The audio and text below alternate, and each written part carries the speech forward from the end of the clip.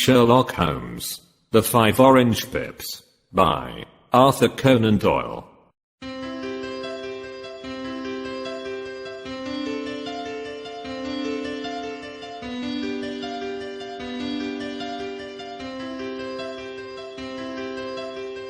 When I glance over my notes and records of the Sherlock Holmes cases between the years 1882 and 1890, I'm faced by so many which present strange and interesting features that it is no easy matter to know which to choose and which to leave.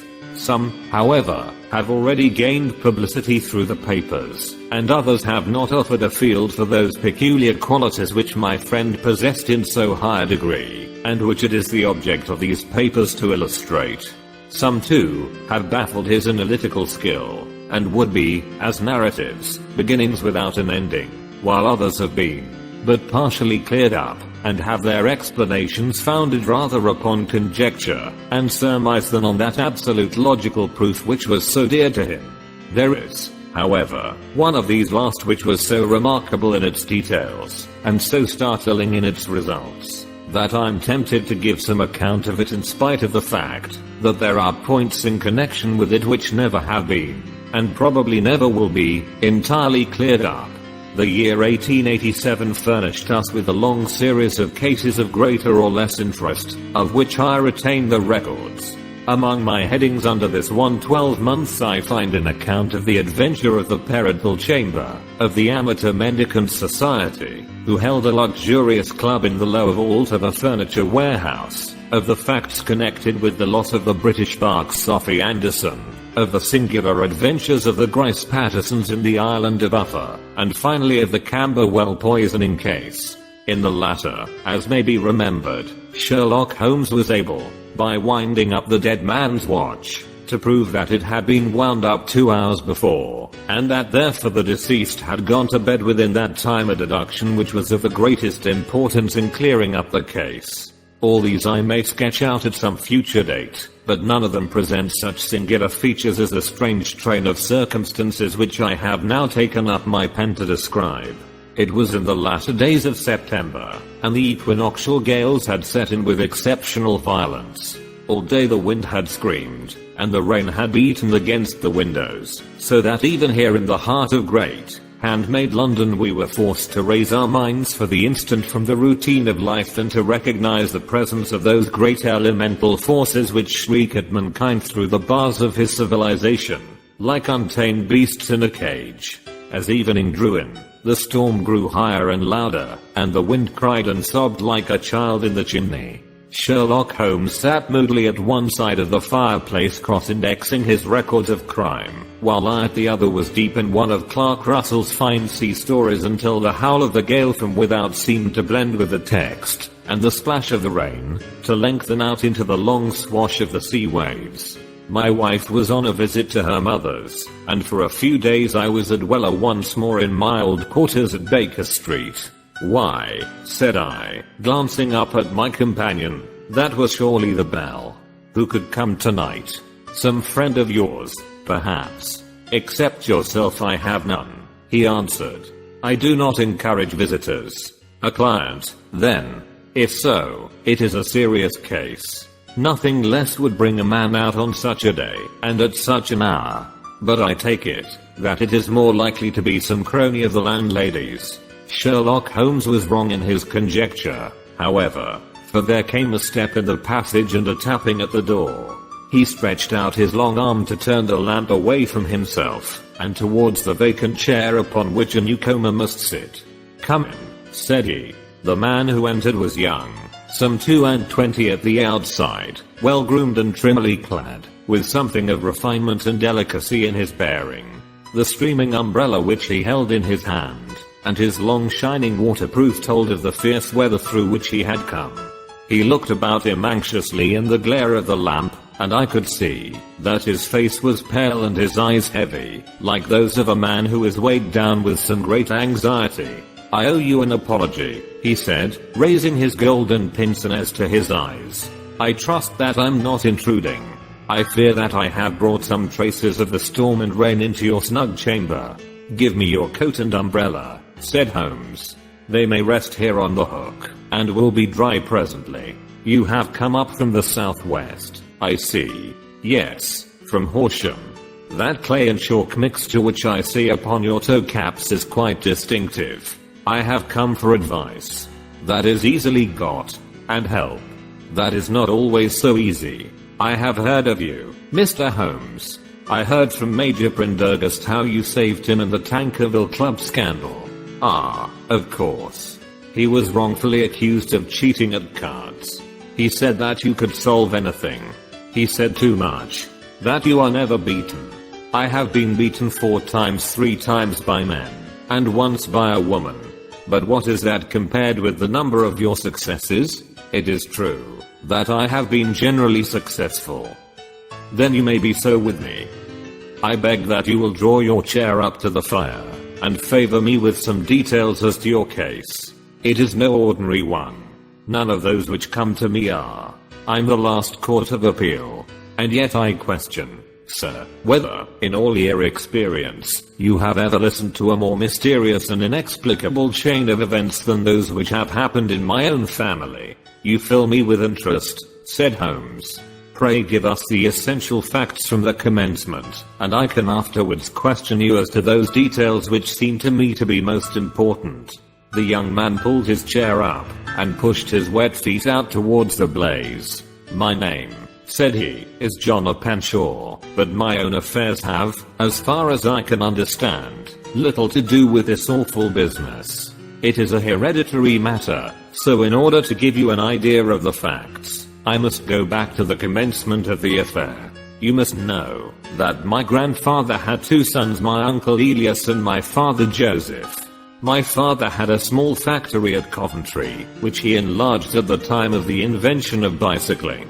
He was a patentee of the Opanshaw unbreakable tire, and his business met with such success that he was able to sell it and to retire upon a handsome competence. My uncle Elias emigrated to America when he was a young man and became a planter in Florida, where he was reported to have done very well. At the time of the war he fought in Jackson's army, and afterwards under Hood, where he rose to be a colonel. When he laid down his arms, my uncle returned to his plantation, where he remained for 3 or 4 years. About 1869 or 1870 he came back to Europe, and took a small estate in Sussex, near Horsham. He had made a very considerable fortune in the States, and his reason for leaving them was his aversion to the Negroes, and his dislike of the Republican policy in extending the franchise to them. He was a singular man, fierce and quick-tempered, very foul-mouthed when he was angry, and of a most retiring disposition. During all the years that he lived at Horsham, I doubt if ever he set foot in the town. He had a garden and 2 or 3 fields round his house, and there he would take his exercise, though very often for weeks on end he would never leave his room.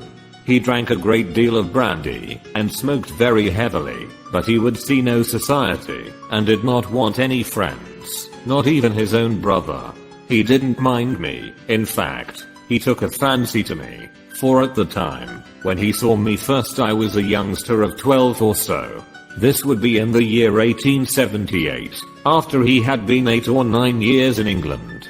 He begged my father to let me live with him, and he was very kind to me in his way. When he was sober he used to be fond of playing backgammon and draughts with me, and he would make me his representative both with the servants and with the tradespeople, so that by the time that I was 16 I was quite master of the house. I kept all the keys, and could go where I liked, and do what I liked, so long as I did not disturb him in his privacy. There was one singular exception, however, for he had a single room, a lumber room up among the attics, which was invariably locked, and which he would never permit either me or anyone else to enter. With a boy's curiosity I have peeped through the keyhole, but I was never able to see more than such a collection of old trunks and bundles as would be expected in such a room. One day, it was in March, 1883, a letter with a foreign stamp lay upon the table in front of the colonel's plate. It was not a common thing for him to receive letters, for his bills were all paid in ready money, and he had no friends of any sort. "From India," said he as he took it up. Pondicherry postmark. What can this be? Opening it hurriedly, out there jumped 5 little dried orange pips, which pattered down upon his plate. I began to laugh at this, but the laugh was struck from my lips at the sight of his face. His lip had fallen, his eyes were protruding, his skin the color of putty, and he glared at the envelope which he still held in his trembling hand. KKK. He shrieked, and then, my God, my sins have overtaken me. What is it, uncle? I cried. Death, said he, and rising from the table he retired to his room, leaving me palpitating with horror.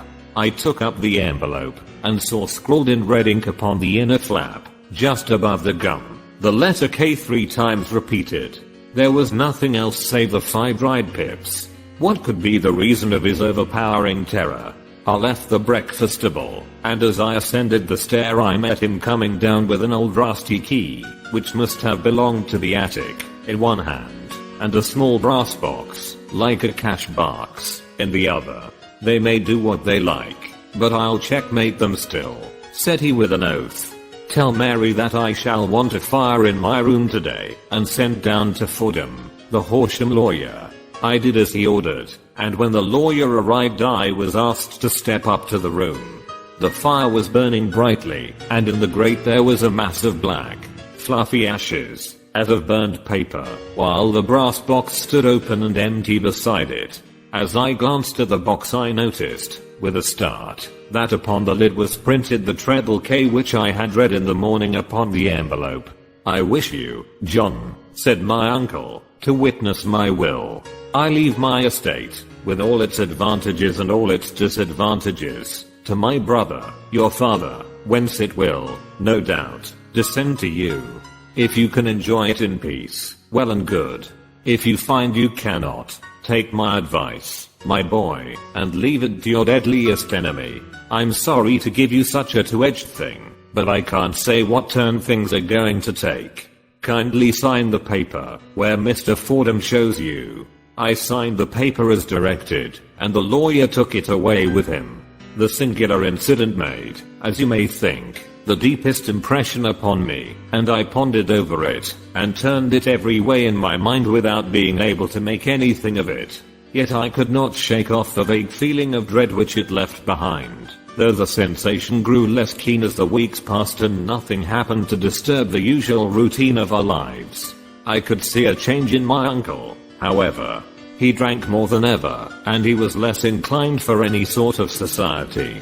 Most of his time he would spend in his room, with the door locked upon the inside, but sometimes he would emerge in a sort of drunken frenzy, and would burst out of the house and tear about the garden with a revolver in his hand, screaming out that he was afraid of no man, and that he was not to be cooped up, like a sheep in a pen, by man or devil.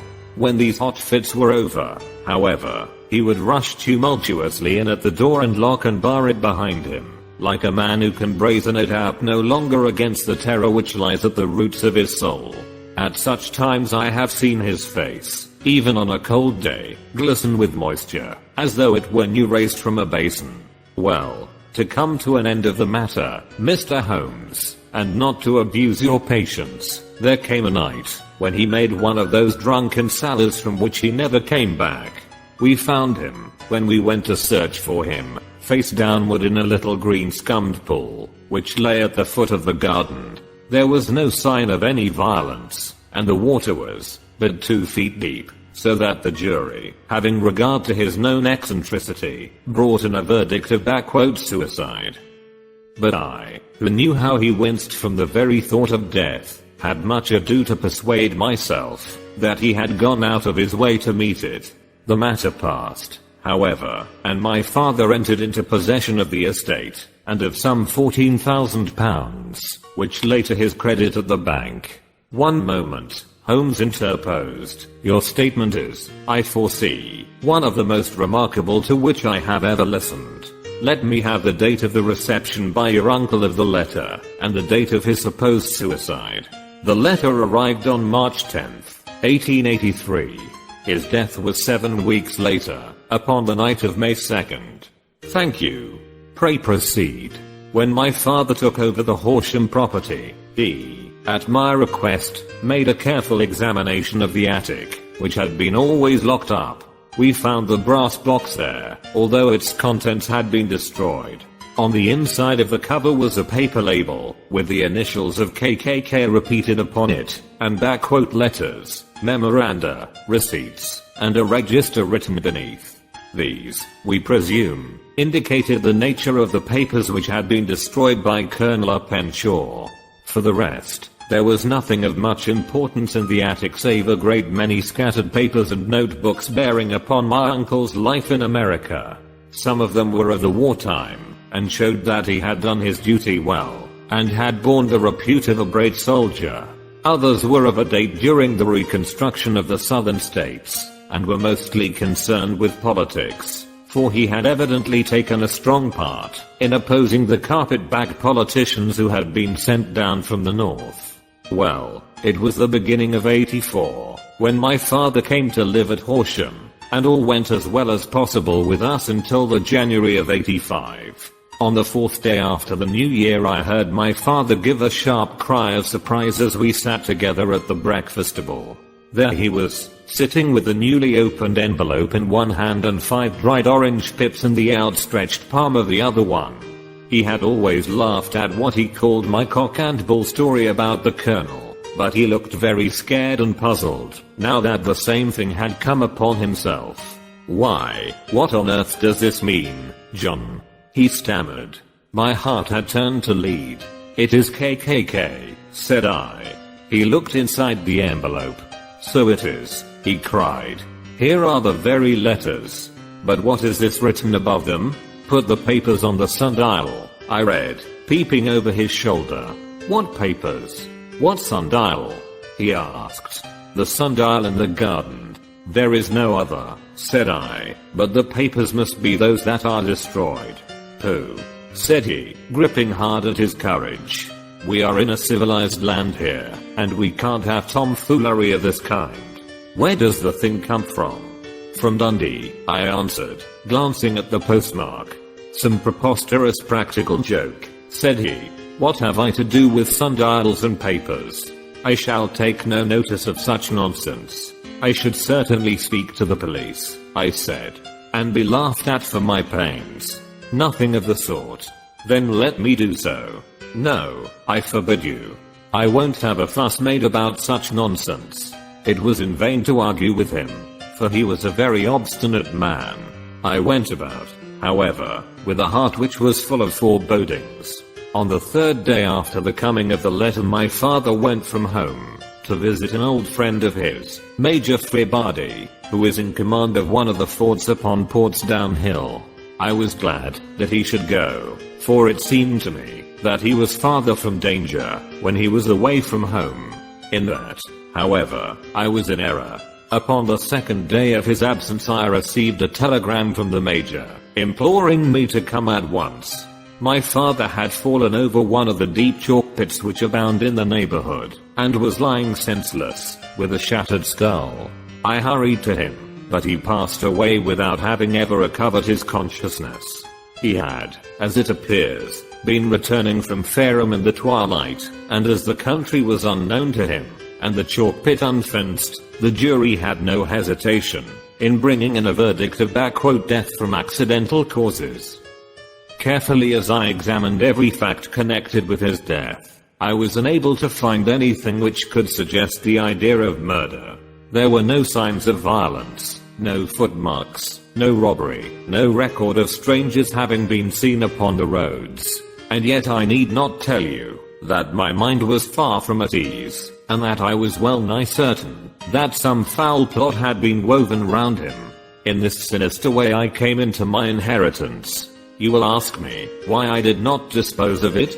I answer, because I was well convinced that our troubles were in some way dependent upon an incident in my uncle's life, and that the danger would be as pressing in one house as in another. It was in January, 1885, that my poor father met his end, and 2 years and 8 months have elapsed since then. During that time I have lived happily at Horsham, and I had begun to hope that this curse had passed away from the family, and that it had ended with the last generation. I had begun to take comfort too soon. However, yesterday morning the blow fell in the very shape in which it had come upon my father. The young man took from his waistcoat a crumpled envelope, and turning to the table he shook out upon it 5 little dried orange pips. "This is the envelope," he continued.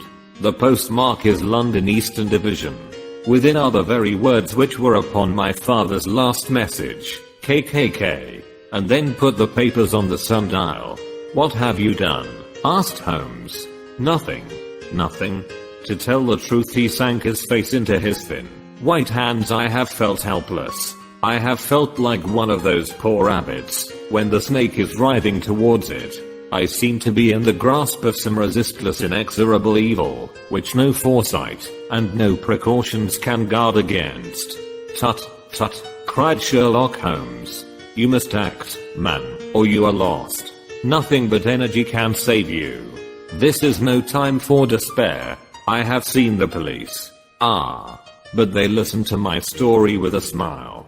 I'm convinced that the inspector has formed the opinion that the letters are all practical jokes, and that the deaths of my relations were really accidents, as the jury stated, and were not to be connected with the warnings." Holmes shook his clenched hands in the air. "Incredible imbecility," he cried. "They have, however, allowed me a policeman, who may remain in the house with me. Has he come with you tonight?" "No. His orders were to stay in the house." Again Holmes raised in the air. "Why did you come to me?" he cried. "And, above all, why did you not come at once?" "I did not know. It was only today that I spoke to Major Prendergast about my troubles, and was advised by him to come to you. It is really 2 days since you had the letter. We should have acted before this. You have no further evidence, I suppose, than that which you have placed before us, no suggestive detail which might help us." "There is one thing," said John Openshaw. He rummaged in his coat pocket, and, drawing out a piece of discolored, blue-tinted paper, he laid it out upon the table. "I have some remembrance," said he, "that on the day when my uncle burned the papers I observed that the small, unburned margins which lay amid the ashes were of this particular color. I found this single sheet upon the floor of his room, and I'm inclined to think that it may be one of the papers which has, perhaps, fluttered out from among the others, and in that way has escaped destruction. Beyond the mention of pips, I do not see that it helps us much. I think myself that it is a page from some private diary. The writing is undoubtedly my uncle's." Holmes moved the lamp, and we both bent over the sheet of paper, which showed by its ragged edge that it had indeed been torn from a book. It was headed, "March, 1869, and beneath were the following enigmatical notices. 4th. Hudson came. Same old platform. 7th. Set the pips on Macaulay, Paramore, and John Swain, of Street, Augustine. 9th. Macaulay cleared. 10th. John Swain cleared. 12th. Visited Paramore. All well. Thank you," said Holmes, folding up the paper, and returning it to our visitor. "And now you must on no account lose another instant. We cannot spare time even to discuss what you have told me. You must get home instantly and act. What shall I do?" "There is but one thing to do. It must be done at once. You must put this piece of paper which you have shown us into the brass box which you had described. You must also put in a note to say that all the other papers were burned by your uncle, and that this is the only one which remains. You must assert that in such words as will carry conviction with them. Having done this, you must at once put the box out upon the sundial, as directed. Do you understand?" "Entirely. Do not think of revenge, or anything of the sort, at present. I think that we may gain that by means of the law, but we have our web to weave. Wealth is already woven. The first consideration is to remove the pressing danger which threatens you. The second is to clear up the mystery and to punish the guilty parties." "I thank you," said the young man, rising and pulling on his overcoat. "You have given me fresh life and hope. I shall certainly do as you advise. Do not lose an instant. And, above all, take care of yourself in the meanwhile, for I do not think that there can be a doubt that you are threatened by a very real and imminent danger. How do you go back? By train from Waterloo. It is not yet 9. The streets will be crowded, so I trust that you may be in safety. And yet you cannot guard yourself too closely. I'm armed. That is well. Tomorrow I shall set to work upon your case. I shall see you at Horsham. Then. No, your secret lies in London. It is there that I shall seek it. Then I shall call upon you in a day, or in 2 days, with news as to the box and the papers. I shall take your advice in every particular. He shook hands with us, and took his leave. Outside the wind still screamed, and the rain splashed, and pattered against the windows. This strange wild story seemed to have come to us from amid the mad element blown in upon us like a sheet of seaweed in a gale, and now, to have been reabsorbed by them once more.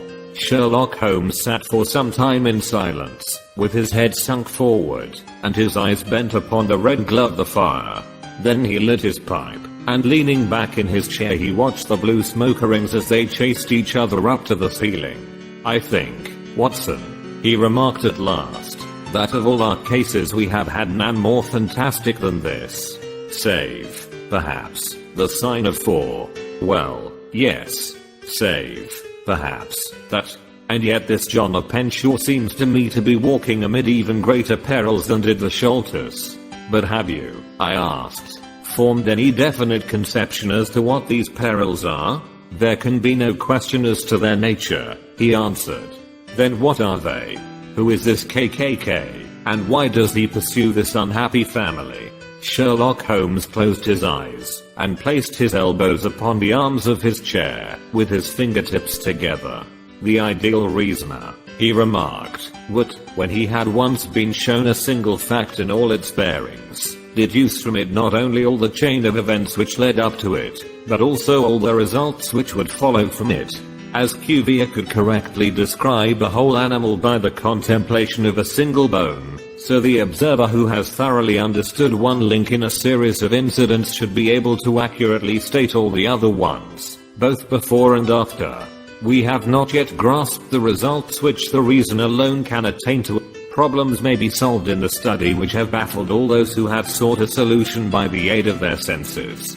To carry the art, however, to its highest pitch, it is necessary that the reasoner should be able to utilize all the facts which have come to his knowledge, and this in itself implies, as you will readily see, a possession of all knowledge, which, even in these days of free education and encyclopedias, is a somewhat rare accomplishment.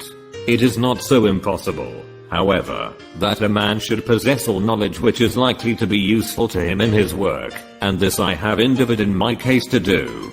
If I remember rightly, you on one occasion, in the early days of our friendship, defined my limits in a very precise fashion. Yes, I answered, laughing. It was a singular document. Philosophy, astronomy, and politics were marked at 0, I remember. Botany variable, geology profound as regards the mudstones from any region within 50 miles of town, chemistry eccentric, anatomy unsystematic, sensational, literature and crime records unique, violin player, boxer, swordsman, lawyer, and self-poisoner by cocaine and tobacco. Those, I think, were the main points of my analysis. Holmes grinned at the last item.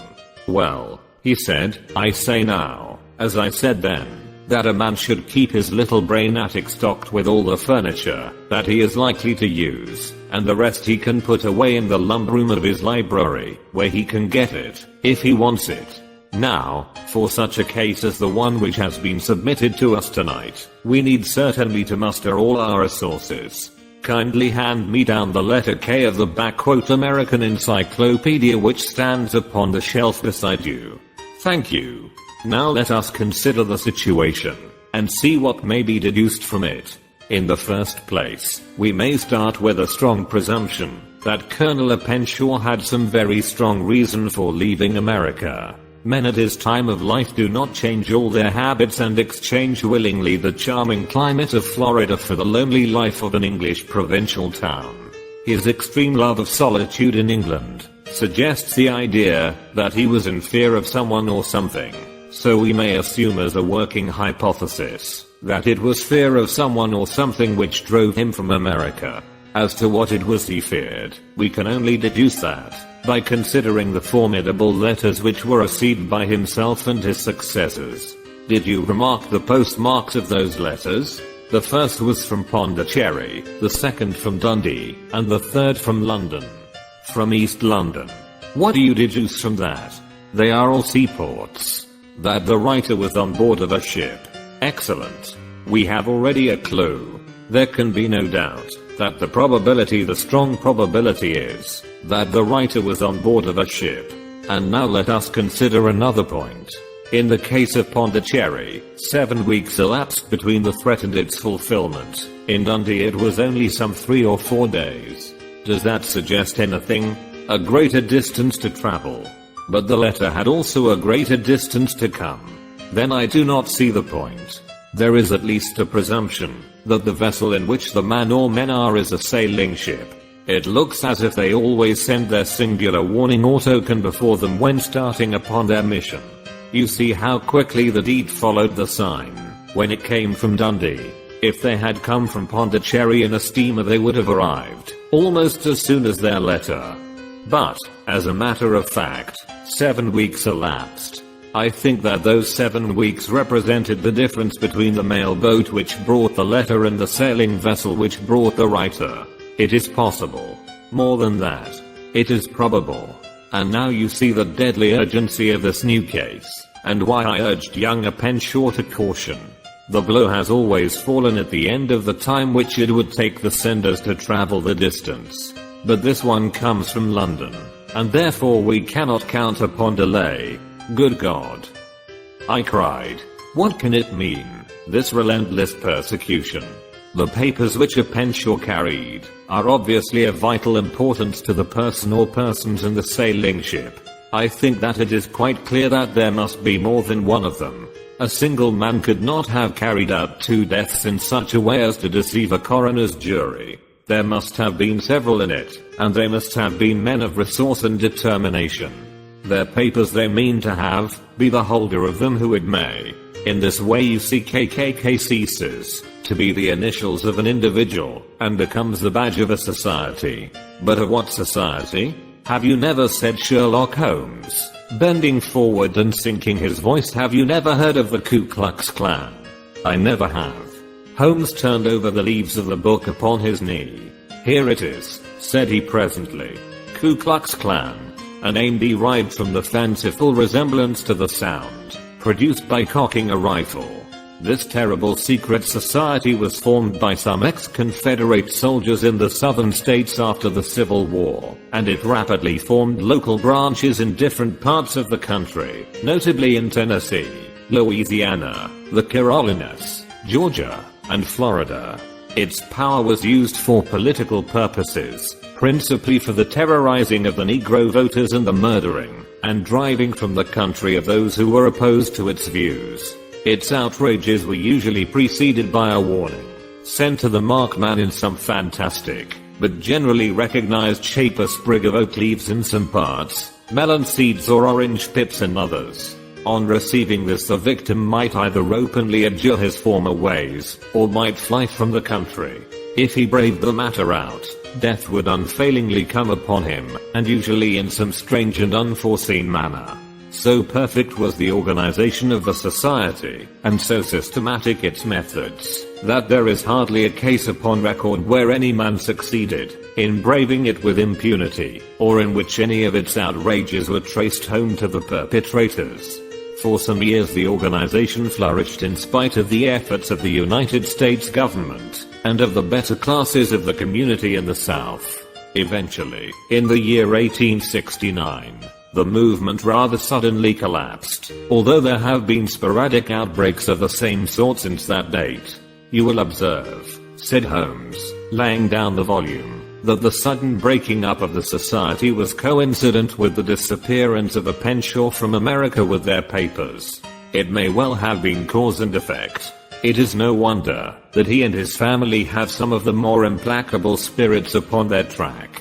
You can understand that this register and diary may implicate some of the first men in the South, and that there may be many who will not sleep easy at night until it is recovered.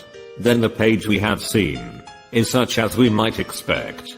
It ran, if I remember right, sent the pips to A, B, and C, that is, sent the society's warning to them.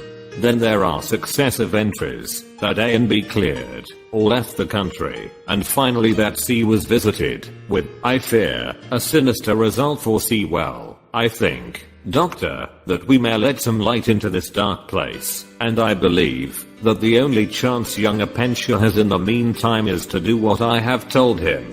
There is nothing more to be said, or to be done tonight. So hand me over my violin and let us try to forget for half an hour the miserable weather and the still more miserable ways of our fellowmen. It had cleared in the morning, and the sun was shining with a subdued brightness through the dim veil, which hangs over the great city.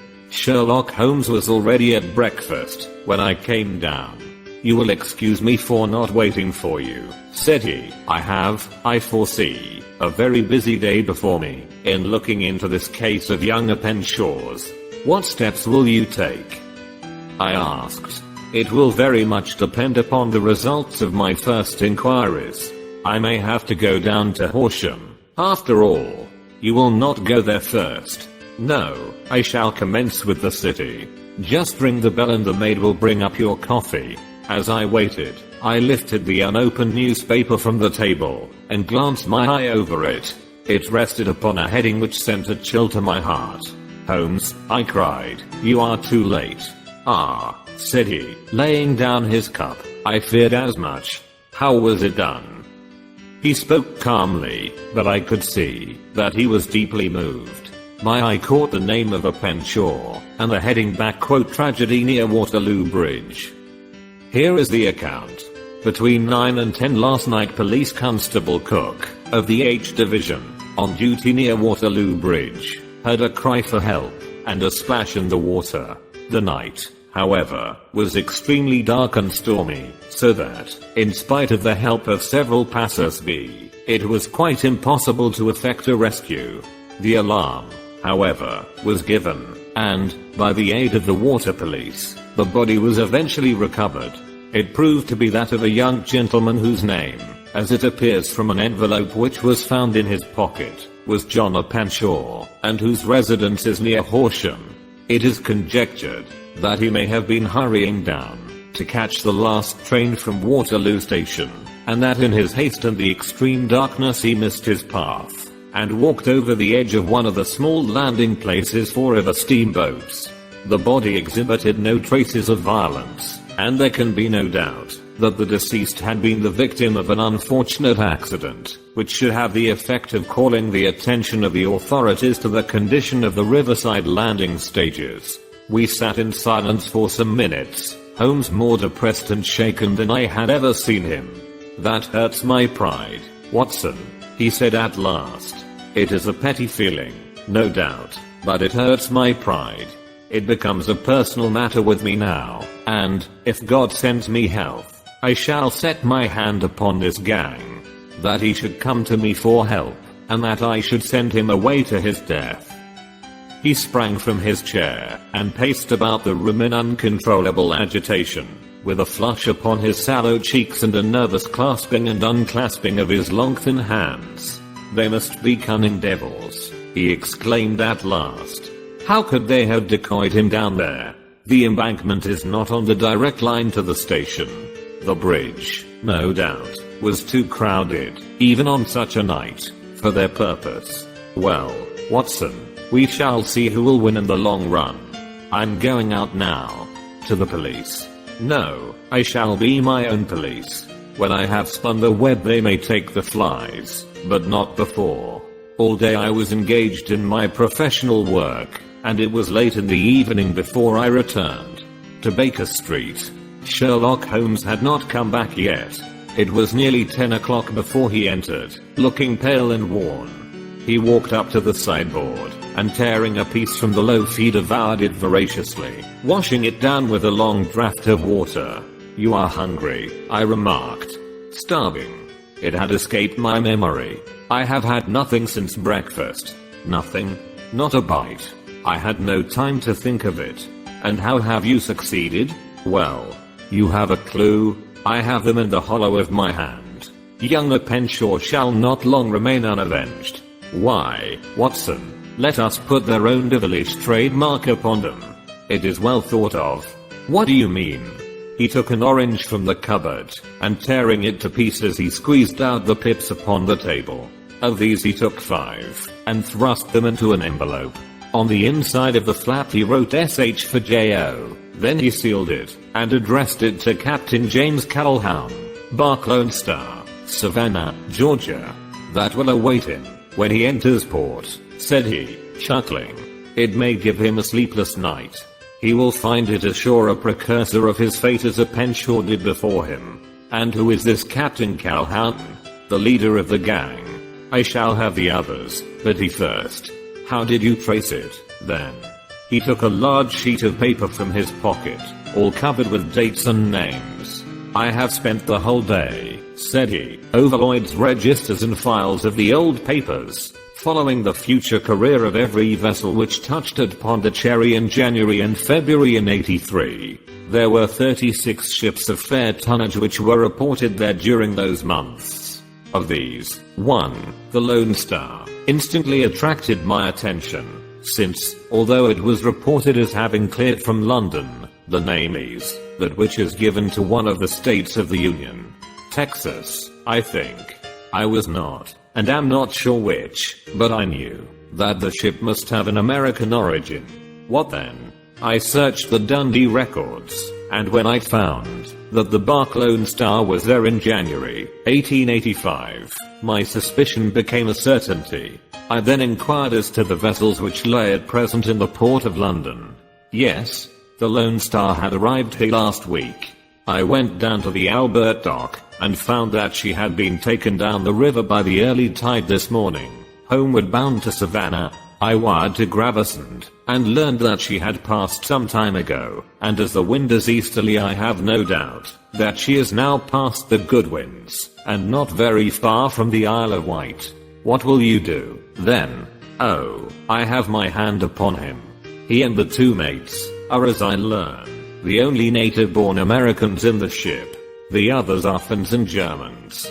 I know, also, that they were all 3 away from the ship last night. I had it from the stevedore, who has been loading their cargo. By the time that their sailing ship reaches Savannah, the mail boat will have carried this letter, and the cable will have informed the police of Savannah that these 3 gentlemen are badly wanted here upon a charge of murder.